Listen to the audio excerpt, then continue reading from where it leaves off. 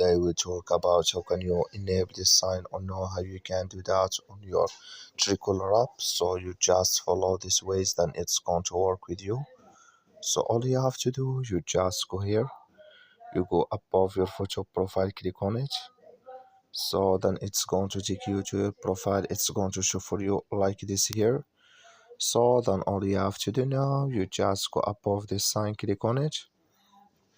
Then it's going to take you to this list. It's going to show for you like this here. So then you just click here on calls, click on it here. Then it's going to take you to this list. It's going to show for you like this. Then you go down, just keep going down here.